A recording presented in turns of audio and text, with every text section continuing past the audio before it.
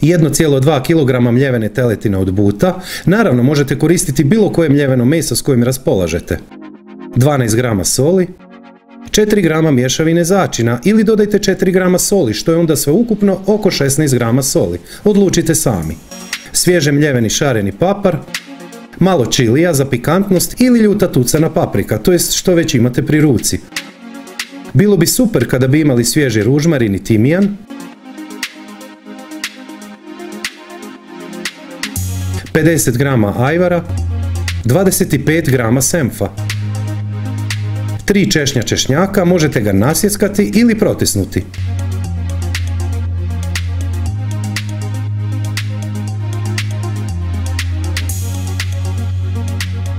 Dvije velike žlice ulja.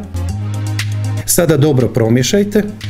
Spremite u hladnjak do upotrebe malo kasnije. Savjet, još bi bilo bolje da ga ostavite u hladnjaku preko noći, ali nije obavezno, ja nisam. 1,5 kg patliđana,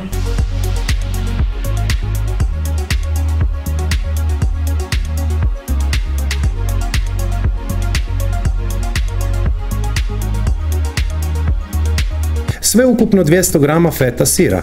Narežite ga na manje kockice da imate za sve patliđane. Možete koristiti ražnjiće s kojima raspolažete.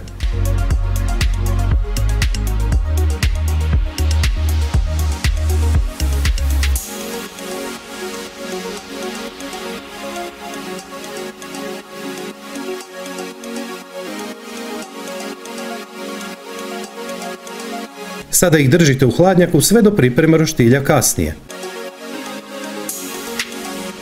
Napravite dobar žar.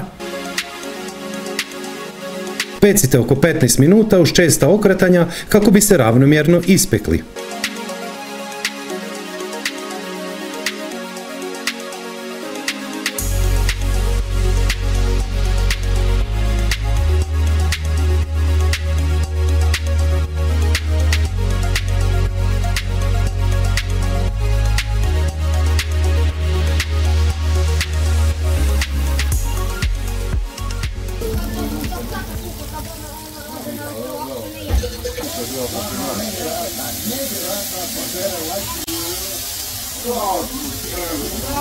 Ispod svakog mog videa niže u opisu je link koji vodi na pisani recept, popis sastojaka, postupak i redom korak po korak, ali i preporuke za slične recepte za razne vrste roštilja, a koje sam pripremao te bih volio da ih isprobate.